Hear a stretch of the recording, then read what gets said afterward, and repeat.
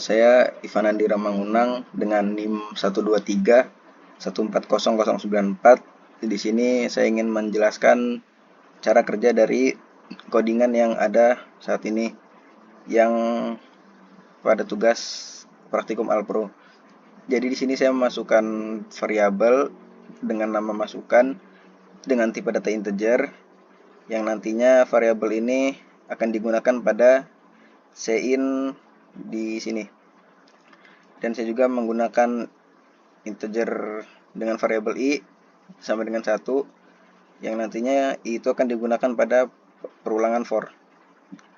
Jadi ketika saya run di sini akan muncul bahwa ada pilihan yang ini dihasilkan dari cout.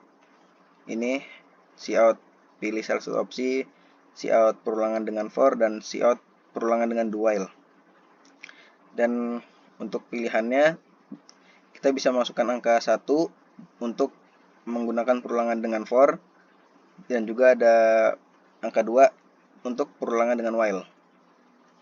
Jadi ketika kita menggunakan sebagai contoh itu menggunakan for, maka ia akan mengeluarkan nilai i sama dengan 1, 2, 3, 4 dan 5.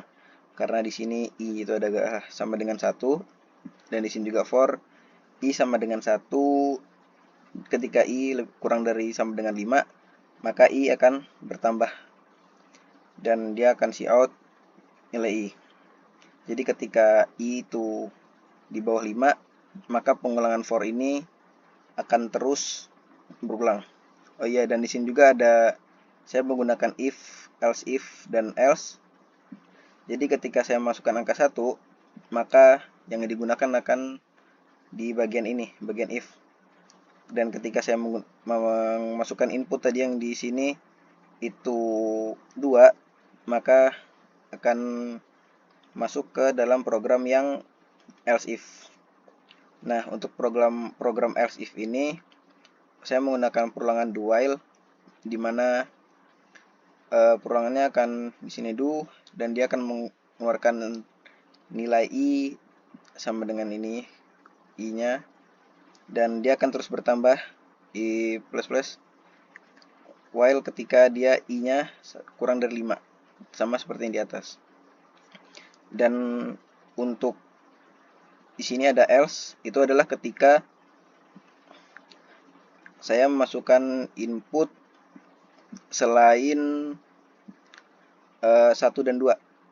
Semisal saya memasukkan input 3, maka pilihannya adalah tidak valid. Dan kedua, di sini ada saya menggunakan variabel baru bernama variabel angka dengan tipe data integer.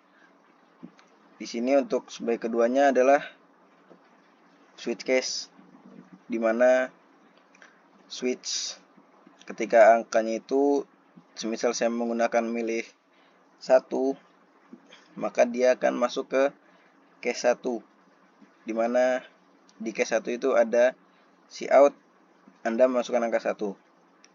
Begitu pula ketika saya memasukkan 2, maka dia akan mengeluarkan cout Anda masukkan angka 2. Begitupun dengan case 3. Dan ketika saya memasukkan angka selain 1, 2, dan 3, maka dia akan masuk ke dalam default, di mana default adalah cout yang mengeluarkan kalimat Anda masukkan angka lain. Semisal saya masukkan input angka 4, maka akan ada output Anda masukkan angka lain. Mungkin sekian penjelasan singkat dari saya tentang kode kali ini. Mungkin cukup. Jika ada penjelasan saya yang kurang jelas atau terlalu cepat, saya mohon maaf.